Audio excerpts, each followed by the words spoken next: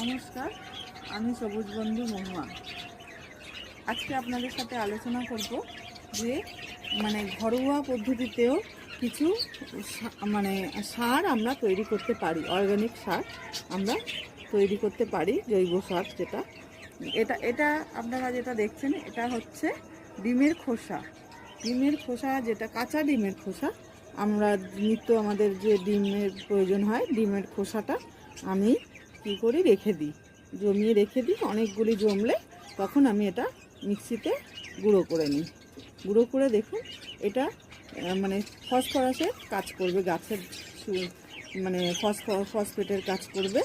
এটা কিন্তু গাছের জন্য, গাছের শারীরিক বৃদ্ধি, গাছের ফুল ফলের জন্য খুবই গুরুত্বপূর্ণ একটা সার। এটা কিন্তু আমরা ঘরেই তৈরি করে নিতে পারি, এবং যেহেতু জৈব, এটা গাছে কম বেশি পড়লেও কোনো ক্ষতি হবে না, কিন্তু এটা খুবই উপকারী গাছের জন্য।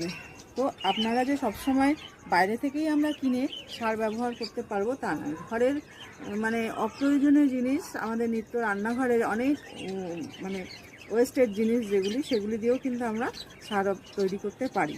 সেটা আপনাদের এই একটা সার দেখালাম। এরপরে আমি আরও আমি কলার খোসা দিয়ে, আমি যেমনি নানান রকম সবজির খোসা রেখে সার তৈরি করি, এগুলিও আপনাদের সাথে শেয়ার করব। তো আজকে এটা হচ্ছে ডিমের খোসার সার, ডিমের খোসার গুঁড়ো আর কি। এটা গাছের গোড়ায় আমি দিয়ে দেবো, প্রত্যেকটা গাছের গোড়ায় দেব। এইটি